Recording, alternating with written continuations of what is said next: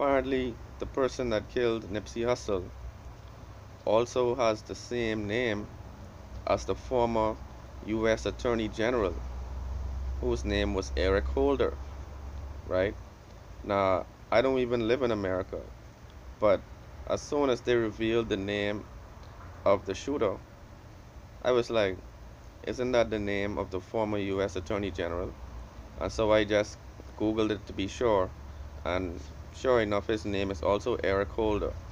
Now, I'm not gonna be one of the conspiracy theorists who are saying that Nipsey was killed for any particular reason, but the fact that the shooter, after shooting Nipsey Hussle, was attempting to turn himself into a mental institution is proof that perhaps there was some type of government intervention in this matter, right?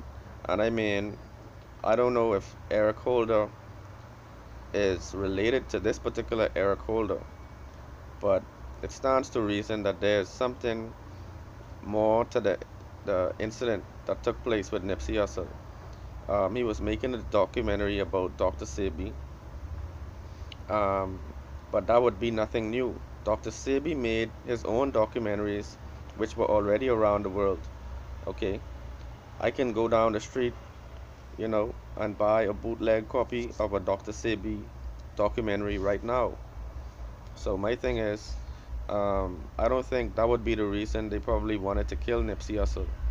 I think the fact that he's a rising star in hip hop, the government or the state probably wanted to set an example by publicly killing somebody who many people had affinity with, who many people could relate to, right? Because if you can think about the corresponding impact of having a black leader or a person of who is well known in the black community being killed, the corresponding impact is a psychological trauma in the minds of the younger generation who are watching people who they looked at as heroes being killed, prematurely. So I think when it comes down to the Nipsey Hussle matter, nobody really knows what was the motivation of that particular person, right? We don't know who could have caused him to get killed.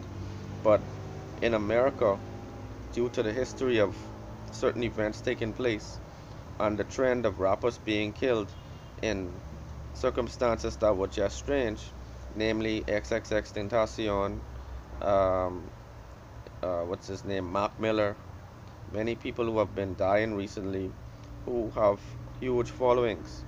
So I think the whole idea is to attack the new school or the new generation and have them in a state of turmoil, whereas they can't even depend on their leaders to even be alive long enough for them to have a catalog or to become elders, you know. So I think it's about psychological trauma. It's about keeping us like constantly desensitized to having our own people killed.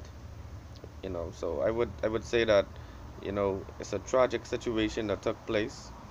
Him and his brother were legitimate entrepreneurs trying to also make it in the rap business. So you know I can identify with their struggle.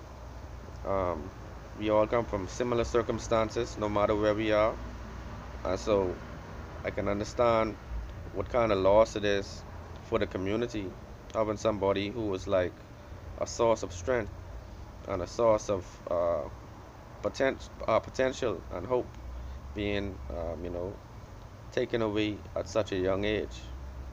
So, people, just let me know what your thoughts are about the Nipsey Hussle situation. Do you think there is any relationship between his name also being Eric Holder? Is there some significance to that? Is this some hint that perhaps this was a government initiated incident? I don't want to jump to any conclusions, and I don't think it's good for us as a people to allow conspiracy theories to dominate our discussion.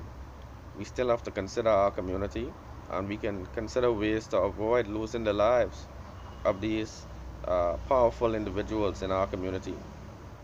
And if we really respect them, we would protect them. All right. If you knew he was there by himself and he feels very comfortable at this place and might not have security, maybe you should initiate some security because he is an investment in the community. All right. So maybe we need to consider codifying our behavior in the community when we have leaders. We need to protect the leaders. All right. If we were protecting our leaders, we would still have a Malcolm X. We would still have a Martin Luther King as elders, you know, today. So people, let me know what your thoughts are in the comments below. One love.